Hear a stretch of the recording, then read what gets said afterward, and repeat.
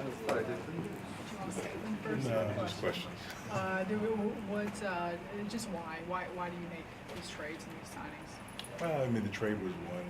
AK is dealing with this personal situation, so we had a chance to reduce the payroll a little bit, create a trade exception that gives me the ability to use that. We actually created two of them, so we have a year to do that. And Darius, someone we had talked about bringing in, and to give us another ball handling guard, young point guard, take a look at. And then Brandon Davis is a big guy that played well. So try to get some look at this and get very happy. When you talk about these guys, are you hopeful that there's a role that they can fill with this group, or is that kind of a wait and see? Yeah, well, I mean, they've got to get acclimated as quick as possible, but I think that we'll see how they fit in. But Darius, I think, gives us another point guard that he's played in NBA games and played with Kobe, played with Nash, played in LA. So take a look at him. You got a bunch of guys with some partial guarantees and some non-guarantees, trade exceptions. I mean, do you feel like you have, not that you're necessarily going to make a move, but more flexibility maybe to do something than you had the last couple of years? Not really looking at it from that standpoint. I think it's Jerome. I think came in and earned a spot. He's played well. So I mean, to me, I think it's giving guys opportunities. Sometimes you give guys opportunities and they produce well, and I think Jerome is one of them who's done that for us. But this is the most flexibility you guys have had in a little bit. Would you say? Yeah, but I think a little bit was by design going in to give us the flexibility to having the trade exceptions. Yeah, because for a couple of years we've been 15-man roster with full guarantees, and so now it does allow us to have some flexibility. But I'm not going into it looking to just move some guys. I'm looking to give guys opportunities. But when the what comes from ownership on down to sort of change your process from bringing in veterans exclusively to having a greater mix of it, how difficult is it to sort of change midstream, especially when so much of the effort went toward things like the Pearson Barnett trade? And but I don't know if orders came down. I think everything we do as a group. We should talk and we mapped it out. I think we looked at it and made a decision this year to go in a different direction. So it wasn't okay. Message came down, do this. It was we talk and discuss that. How challenging is that, though?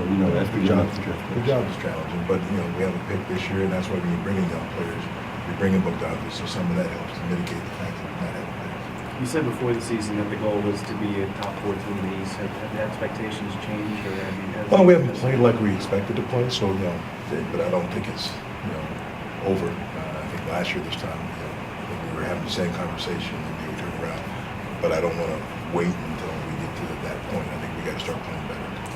Does the fact that you guys did have the turnarounds through the last 2 years give you more confidence that you can have a similar one? No, not really, because of the fact. I mean, I think we can. We've got the players that do that, but we've got to just start playing better basketball as a group collectively. And I think this group is capable of it. You put it together against San Antonio, some games. We've just got to be more consistent, and also we got to get healthy. Brooke was starting to play pretty well. We get him back. Get him back playing well. Joe's back tonight. Miz was out, so. When you take those key components out of the lineup, it makes it tough to have some kind of consistency. From your vantage point, everybody's kind of been talking about consistency from the beginning. From your vantage point, what do you think has been the biggest reason that there hasn't been that consistency yet? Well, I think Brooke was playing himself back into shape from being out for so long, and I think once he started doing that, and I think a lot of guys are trying to adjust to the new system, and I think a little bit of that, but some guys just haven't played up to the level they needed to play.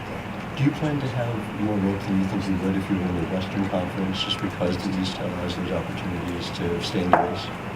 Yeah, because I think we're in there right now. So the East is fortunately we're in the East. We're in the West. We're taking a little different. Yeah, I mentioned Brooke. You just reports of Brooke and Joe and Darren being on the trade block, so to speak. Address that. I didn't say they were. Some media people said it.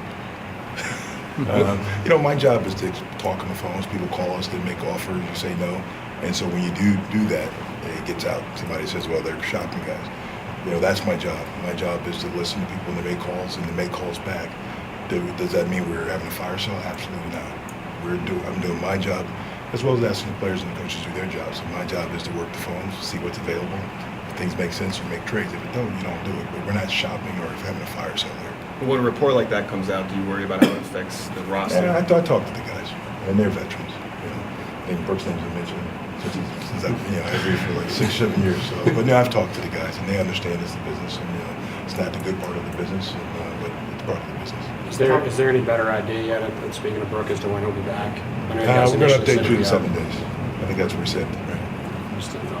Figured I'd ask her. That's Monday. You talked about some of the weaknesses, rebounding, athleticism. How much of this is fixable without you having to go outside and do something? Athleticism is not, our most athletic guys are the guys that are, that aren't playing as much. So I think Lionel's done a good job of mixing some of those guys in the lineup. But some things rebounding can be, we've proven that we can do it in games. Some games we don't. That's got to be a consistent factor for us. Brooke was rebounding pretty good before he got hurt. So we get him back doing that. That'll be good. Billy, when you said we'll see, and asked if the big three could figure it out, why do you think they haven't been able to? If I knew, they'd be doing it. Because I tell them to do what they're not doing. I don't know. How would you describe how you're feeling about this team right now? Is there a word? I don't know if there's a word. I'll leave it up to you guys because you guys, I don't read you, but you guys say it a lot. But I don't know. I mean, right now we're just not playing well. I guess that probably sums it up. We're not playing at the level that we thought we could be playing right now, but it's the early part of the season, so it's not something that I don't think we're ready to throw the towel in and discourage. But we've had some losses, like Chicago loss was a tough one. When you take out Brooke, Mirza, and Joe out of the lineup, that's I knew we were going to struggle to score against a good defensive team. But we've had some games we played well the first half, and the third quarters have been to bite us in the butt a couple times. So it's a situation where we've got to find consistency, and consistency in rebounding the basketball, sharing the basketball offensively, and I think the wins will come. Do you have a time window in mind, a time frame for when that will come? If I did, then No, but I just meant, in terms of figuring it out.